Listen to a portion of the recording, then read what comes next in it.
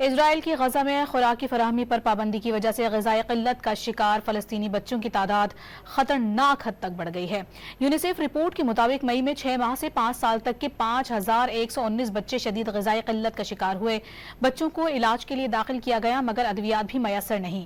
April میں غذائی قلت کے شکار بچوں کی تعداد 3444 تھی۔ فوری مدد نہ ملی تو شدید غذائی قلت کے کیسز بڑھ سکتے ہیں۔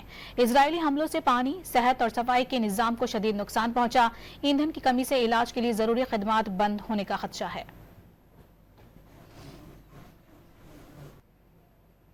اسرائیل کی غزہ میں خوراک کی فراہمی پر پابندی کی وجہ سے غذائی قلت کا شکار فلسطینی بچوں کی تعداد خطرناک حد تک بڑھ گئی ہے۔ یونیسیف رپورٹ کے مطابق مئی میں 6 ماہ سے 5 سال تک کے 5119 بچے شدید غذائی قلت کا شکار ہوئے۔ بچوں کو علاج کے لیے داخل کیا گیا مگر ادویات بھی میسر نہیں۔ اپریل میں غذائی قلت کے شکار بچوں کی تعداد 3444 تھی۔ فوری مدد نہ ملی تو شدید غذائی قلت کے کیسز بڑھ سکتے ہیں۔ اسرائیلی حملوں سے پانی، صحت اور صفائی کے نظام کو شدید نقصان پہنچا۔ ایندھن کی کمی سے علاج کے لیے ضروری خدمات بند ہونے کا خدشہ ہے۔